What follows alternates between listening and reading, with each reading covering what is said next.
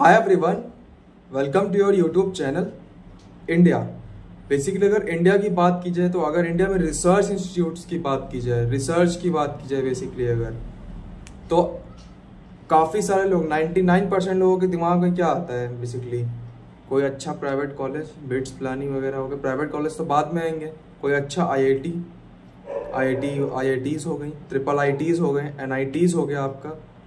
और तो और अगर और पूछा जाए तो इन सबसे पहले जो नाम आएगा ISC बैंगलोर का, ठीक है।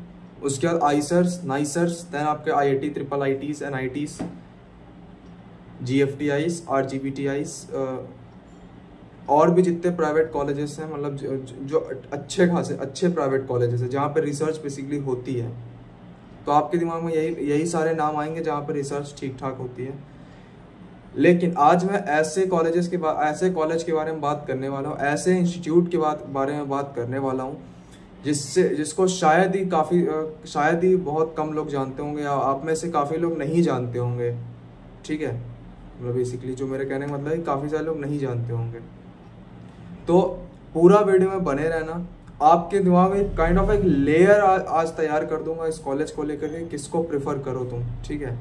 अभी तो आप तो IITs, NITs में कंफ्यूज रहते हो, भैया किसको प्रेफर कर रहे थे। उसको रिगार्डिंग मैंने बताया था, भैया अगर टेक में ज़्यादा इंटरेस्टेड है, बीटेक ओरिएंटेड हो, टेक ओरिएंटेड हो, तो भाई प्लीज़ बेशक आप IIT की तरफ जाओ। आइसर्स या नाइसर्स से इन सबको प्रेफर मत करो, ठीक है। अगर आपको रिसर्च में इंटरेस्ट है, जैसे फिजिक्स, केमिस्ट्री, मैथमेटिक्स, बायोलॉजी, इन सब में इंटरेस्ट है, तो आप प्लीज़ आइसर्स और नाइसर्स की तरफ जा सकते हो।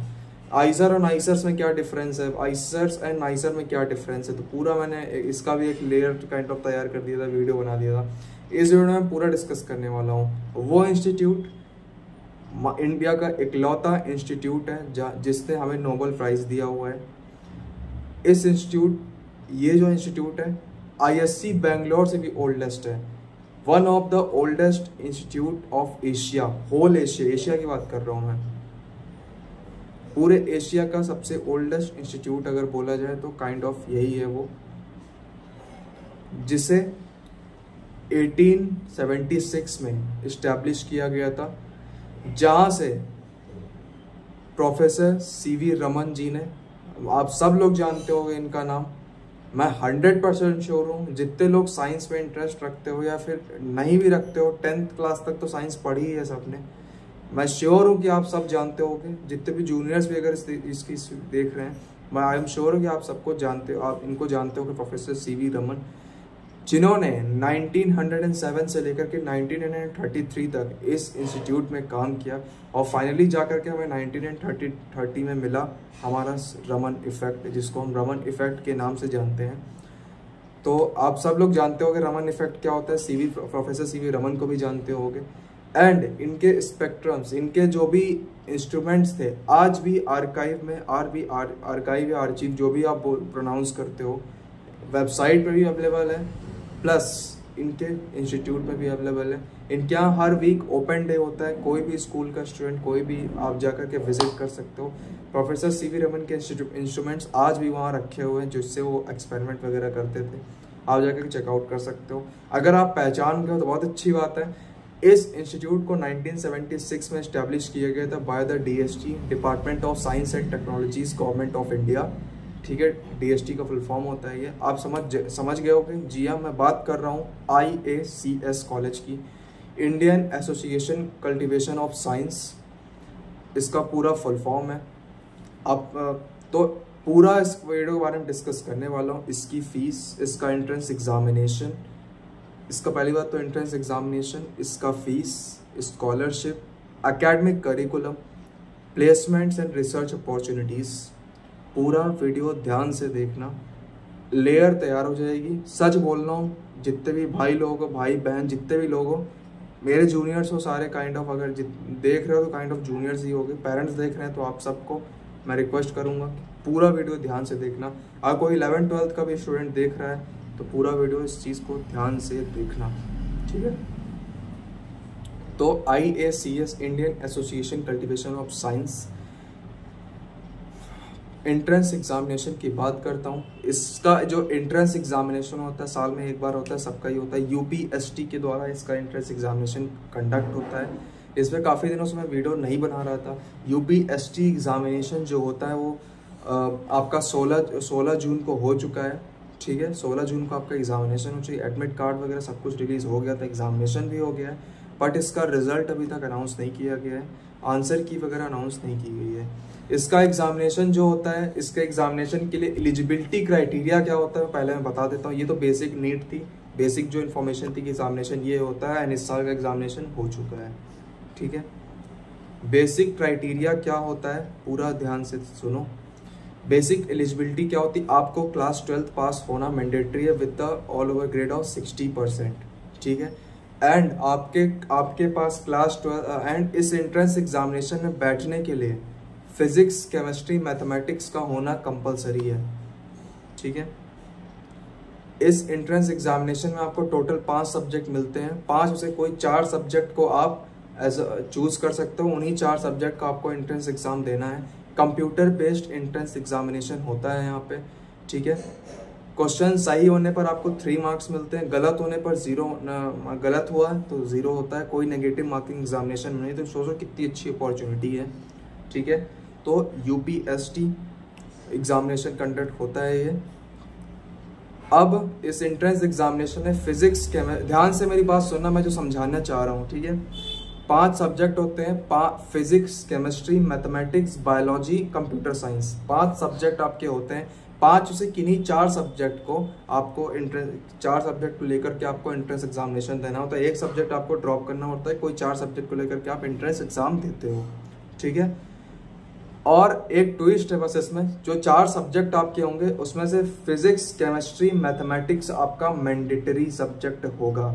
यानी सीधी बात करूं तो 5 में से फिजिक्स, केमिस्ट्री, मैथ्स आपके मैंडेटरी सब्जेक्ट होंगे। बायो एंड आपको कंप्यूटर साइंस में ऑप्शन मिलता है कि आप कोई एक सब्जेक्ट ले लो, ठीक है। तो मान लो physics, chemistry, maths, computer science किसी ने लिया, अगर आप ये चारों सब्जेक्ट से आपका एंट्रेंस एग्जामिनेशन देते हो, एग्जामिनेशन के बाद आपका मेरिट लिस्ट तैयार होता है। मेरिट लिस्ट जो तैयार होगा, एक और ट्विस्ट अब यहाँ पे, मेरिट लिस्ट जो तैयार होगा वो फिर 3 सब्जेक्ट, जो 3 आपके मैंडेटरी सब्जेक्ट है उससे तैयार किया जाएगा, फिजिक्स, केमिस्ट्री, मैथमेटिक्स से ही तैयार होगा, ठीक है। समझ गए बात। यानी 5 में से कोई 3 सब्जेक्ट जो होते हैं वहाँ पे फिजिक्स, केमिस्ट्री, मैथ होते हैं, ये आपके मैंडेटरी सब्जेक्ट हैं, एंड यही इन्हीं 3 सब्जेक्ट से आपका मिलकर के मेरिट लिस्ट तैयार होगा। एक और चीज, दो सब्जेक्ट रह जाते हैं, बायो और कंप्यूटर साइंस। कोई एक सब्जेक्ट को लेकर के आपको एंट्रेंस एग्जामिनेशन में बैठना होता है। अब ये चीज़ क्लियर हो गई होगी, एलिजिबिलिटी मैंने बता दी है, एक और ये चीज़ मैंने बता रखी है, ठीक है। इससे आपका मेरिट लिस्ट होगा, देन उसके बाद आपका इंटरव्यू होगा। आप सही सुन रहे हो, इसके बाद आपका इंटरव्यू भी होता है, तो ही आप इस कॉलेज में सिलेक्शन लेने के एलिजिबल रहते हो, ठीक है। कोई जेई के लिए, जेई अच्छा एग्जामिनेशन है, ठीक है, काफ़ी सारे लोग जेई देते हैं, आइसर्स में लोग बैठते हैं, आइसर के एग्ज़ाम में लोग बैठते हैं, नेक्स्ट के एग्ज़ाम में काफ़ी सारे लोग बैठते हैं, लेकिन इंटरव्यू इन तीनों में से किसी भी एग्जामिनेशन में नहीं होता है। आप डायरेक्ट एग्ज़ाम दो, अगर आप मेरिट लिस्ट अच्छा परफॉर्म करते हो, आपका अच्छा रैंक वगैरह, परसेंटाइल वगैरह आता है, तो आपको डेफिनेटली कॉलेज मिल जाएगा बिना किसी ताक झाक के। लेकिन अगर आपका इसमें परसेंटाइल अच्छा आ रहा है, अगर आप इंटरव्यू क्रैक नहीं कर पाए, तो आपको कॉलेज नहीं मिलेगा। इस चीज़ का याद रखना, इसमें इंटरव्यू भी होता है, ठीक है। अब ये तो बात रही, टोटल इन्फॉर्मेशन रही एंट्रेंस एग्जामिनेशन की। स्कॉलरशिप पे आते हैं। अगर आप किसी भी उससे हो, KVPY या फिर कुछ भी, कोई भी अन्य स्कॉलरशिप, अन्य उससे स्कीम से आते हो, तो आपको यहाँ पे पर मंथ 5000 का स्कॉलरशिप देखने को मिलता है, और इंटर्नशिप वगैरह करते हो आप तो 20,000 का स्कॉलरशिप मिलता है यहाँ पे, ठीक है। समझ गए मेरी बात। अब और भी चीज़, जो लोग स्कीम्स के लिए एलिजिबल नहीं रहते हैं, उनको 4th year onwards, 4th years के बाद से 12,000 पर मंथ का स्कॉलरशिप मिलता है। यानी first year, second year, third year आपको काटना पड़ेगा किसी तरह, और तो और, लेकिन 4th ईयर के बाद आपके पास स्कॉलरशिप होगी जो कि 12,000 पर मंथ होता है। यहाँ तक क्लियर है बात। वीडियो भले लंबा हो रहा है, लेकिन पूरा देखोगे अच्छे से समझ में आएगा, ठीक है। देन अब सुनो मैं पूरी बात, फीस की बात करता हूँ मैं। फीस यहाँ पे 13,500 है, ऑल द कैटेगरीज। 13,500 फीस है, पूरे एनुअली फीस है, ये बता रहा हूँ मैं, ठीक है, एनुअल फीस है ये। सही सुन रहे हो, अगर कान में थोड़ा सा झटका लगा हो कानों को तो कानों को साफ कर लो, दोबारा सुन लो। 13,500 एनुअली फीस है। जो लोग फाइनेंशियली स्टेबल नहीं है एंड पर उनके पास नॉलेज अच्छी है, ग्रैब करना चाहते हैं इसको, और इस साल जिन्होंने उसका एग्जामिनेशन दिया, तो आप डेफिनेटली इसके तरफ जाइए, सब कुछ भूल जाइए अगर आपको रिसर्च में ये इंटरेस्ट है तो, ठीक है। तो अब मतलब इतनी चीज़ें समझ में आ गई होंगी। सेकंड, अब जो भी नेक्स्ट चीज़ है, फीस के बारे में मैंने बता दिया है। इसका फीस यहाँ पे इतना ही रहता है, इंक्लूडिंग आपका हॉस्टल्स वगैरह, एक्सक्लूडिंग फूड वगैरह हटा दो, फूड के लिए चार्ज आपको अलग से देना पड़ेगा। मेरी बात समझ में आ गई है आपको, होप सो, ठीक है। नहीं आई है कमेंट्स में बताना, कुछ भी डाउट हो कमेंट से बताना। फीस वगैरह बता दी। एकेडमिक करिकुलम की बात करता हूँ। फर्स्ट 3 सेमेस्टर यानी first year, second year, first semester, second semester, 3 semester. Third, पहले 3 सेमेस्टर आपको सारे सब्जेक्ट पढ़ने पड़ते हैं, 6 सब्जेक्ट पढ़ने पड़ते हैं पहले 3 सेमेस्टर में। फिजिक्स, केमिस्ट्री, मैथ्स, बायोलॉजी, ये 4 सब्जेक्ट तो होते ही होते हैं, और बाकी और अदर अटरम पटरम जो भी सब्जेक्ट होंगे वो आपको 6 सब्जेक्ट आपको इन 3 सेमेस्टर में पढ़ने पड़ेंगे, ठीक है। 4th सेमेस्टर ऑनवर्ड्स आपको मेजर डिसाइड होता है on the basis of your CGPA and आपका स्टेटमेंट ऑफ पर्पस। जी हाँ, अदर कॉलेजेस में ऐसा नहीं होता है, आइसर्स में, नाइसर्स में ऐसा नहीं होता है। आपके पास अगर CGPA है तो आपको डायरेक्ट आपको मेजर अलॉट हो जाएगा विदाउट एनी SOP। यहाँ पे ऐसा है, आपको SOP लिखना पड़ेगा प्लस आपका CGPA होगा। Seats will be distributed equally, आप हर डिपार्टमेंट के अलग अलग सीट्स डिस्ट्रीब्यूट होंगी। ये चीज़ समझ में आ रही होगी आपको, ठीक है। तो अब जो चीज़ है यहाँ पे, उसके बाद आप मेजर मिलने के बाद 7th सेमेस्टर या 7th सेमेस्टर के पहले भी आप शुरू कर सकते हो। 7th सेमेस्टर से आपका यहाँ पे रिसर्च वर्क शुरू होता है, काइंड ऑफ थीसिस वर्क शुरू होता है आपका। यहाँ से किसी एक प्रोफेसर के अंडर में आप अपना रिसर्च वर्क करते हो। एंड यहाँ से जितने लोग पास आउट हैं, Stanford university, Singapore, Australia, Europe and America जैसे इंस्टीट्यूट्स में, जापान जैसे टॉप इंस्टीट्यूट में, वर्ल्ड टॉप इंस्टीट्यूट में, हार्वर्ड हो गया, ऑक्सफोर्ड हो गया, टॉप इंस्टीट्यूट्स में जाकर के पढ़ाई कर रहे हैं, PhDs कर रहे हैं वहाँ पे जाके। तो काफ़ी अच्छा कॉलेज है ये। एकेडमिक स्ट्रक्चर्स बता दिया, फ़ी बता दिया, एलिजिबिलिटी बता दी, एंट्रेंस एग्ज़ाम बता दिया, स्कॉलरशिप बता दी। आई डोंट थिंक सो कि अब आपको कुछ यहाँ इसके अलावा कुछ जानने की ज़रूरत है। यहाँ पे कैंपस काफ़ी अच्छा है, कैंपस भी ठीक ठाक है, ओल्ड है थोड़ा सा लेकिन कैंपस ठीक ठाक है, आपको मिल जाएगा, ठीक है। अगर आप वेल स्टेबल नहीं हो, फैमिली ज़्यादा स्टेबल नहीं है, रिसर्च में इंटरेस्ट है, और इस साल जो भी लोग ड्रॉप ले रहे हैं उनको मैं दिल से रिकमेंड करूंगा, मैं दिल से बोल रहा हूँ, सच बोल रहा हूँ, इस कॉलेज को आंख बंद करके प्रेफर कर लो। इस साल भी जिन्होंने एग्ज़ाम दिया हुआ है, आइसर, नाइसर और ISCS तीनों में से किसी एक का एग्ज़ाम दिया हुआ है, तो मैं दिल से बोल रहा हूँ, अगर आपको सच में जानना है कुछ, सच में इस इंस्टीट्यूट में इंटरेस्ट आ रहा है, तो आप जाकर के इसको प्रेफर कर सकते हो।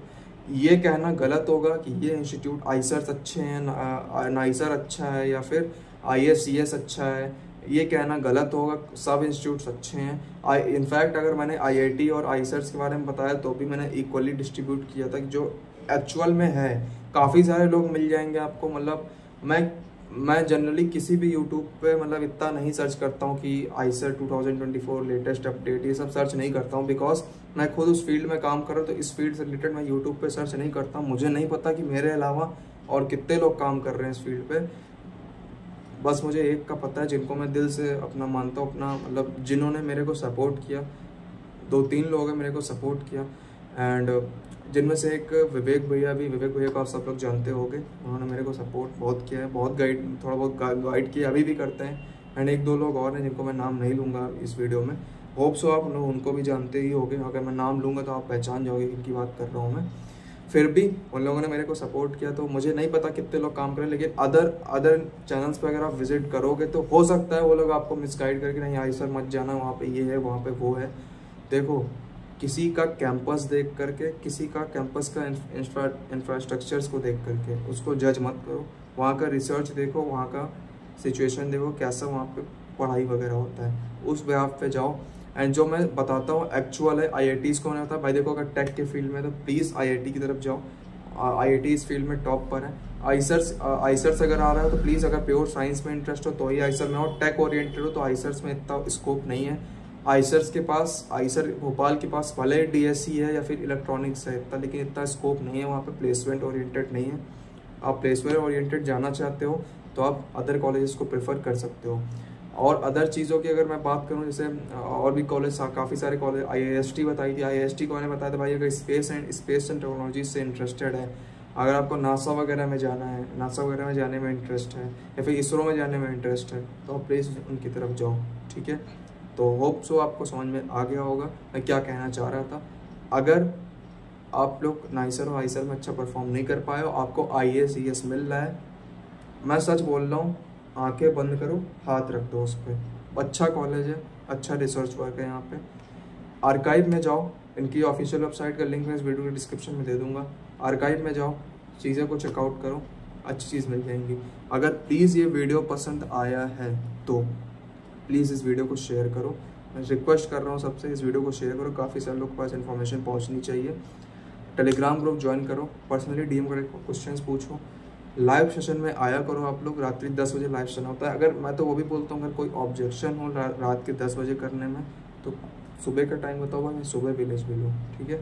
तो चलो मैं मिलता हूँ अभी कोई, मैं सच बोल रहा हूँ गाइस, अगर कोई भी चीज़, कोई भी एंटरटेनमेंट की चीज़ें अगर लाइव होंगी तो आप लोग ज़रूर जाओ। मुझे पता है, मैं भी करता था आप लोग के टाइम पे, मैं भी यही करता था, मैं बहुत। लेकिन हाँ, अगर कोई मुझे लगता था कि ये चीज़ मेरे लिए ज़रूरी, तो उस लाइव सेशन को मैं नहीं छोड़ता था, ठीक है। तो प्लीज़ लाइव सेशन में आया करो। थोड़ा बहुत मजाक भी होता है वहाँ पे, लेकिन काफ़ी डायरेक्ट आपको आंसर मिलता है, ठीक है। ऐसे आपको वेट नहीं करना पड़ता है। काफ़ी सारी चीज़ें मैं वहाँ पे डिस्कस भी करता हूँ, तो आया करो। मैं सारी चीज़ें व्यूज़ के लिए नहीं बोल रहा हूँ, आप ही लोग के लिए बोल रहा हूँ। एंड ये वीडियोज़ जो मैंने बनाया आपके लिए बनाया है।